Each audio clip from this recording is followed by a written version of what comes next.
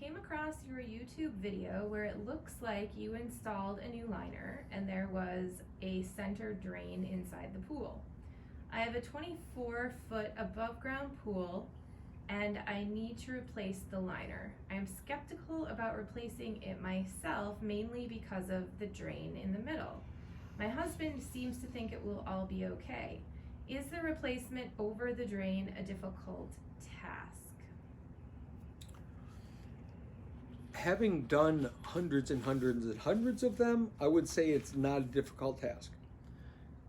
Having maybe had to perform it the first time, I was anxious for sure, many years ago. Not impossible to do. You just have to think the process through. Recognize that you take the liner out. You want to put new gaskets both on the main drain. Use a new ring. Don't try to use the ones that you took off of the main drain itself will be fine, but the ring that goes on top, you're going to want to replace that, and the gasket that goes along with that, and maybe even the lid.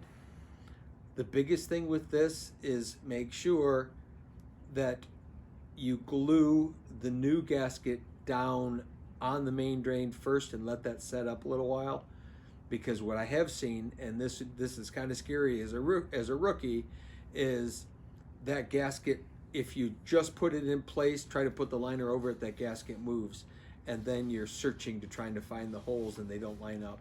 But if you glue that gasket down first, let it set for a while, put the new liner in, and as long as you can feel where the holes are in the gasket so you can run your screws in, I think you'll be fine. It's a little nerve-wracking for sure, but I think you can do it.